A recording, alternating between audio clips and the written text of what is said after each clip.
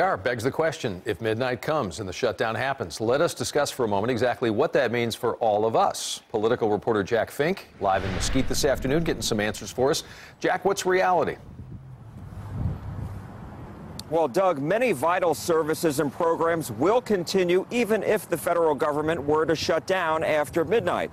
But if you lost a job recently and collect a check, an unemployment check from the Texas Workforce Commission, well, then you may very well feel the brunt of this. And that's because most of the money from this program comes from the feds.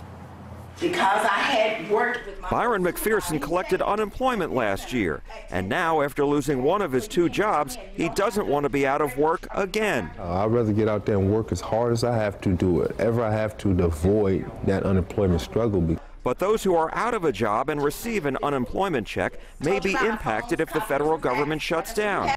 When that happened in 2013, the state of Texas continued paying unemployment and was reimbursed by the feds. But there's no word yet what would happen this time.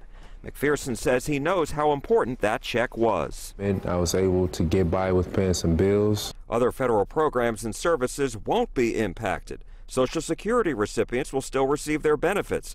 The military will stay on the job, and the post office and VA will remain open. Yes, I'm very, very relieved of that. I'm very relieved of that.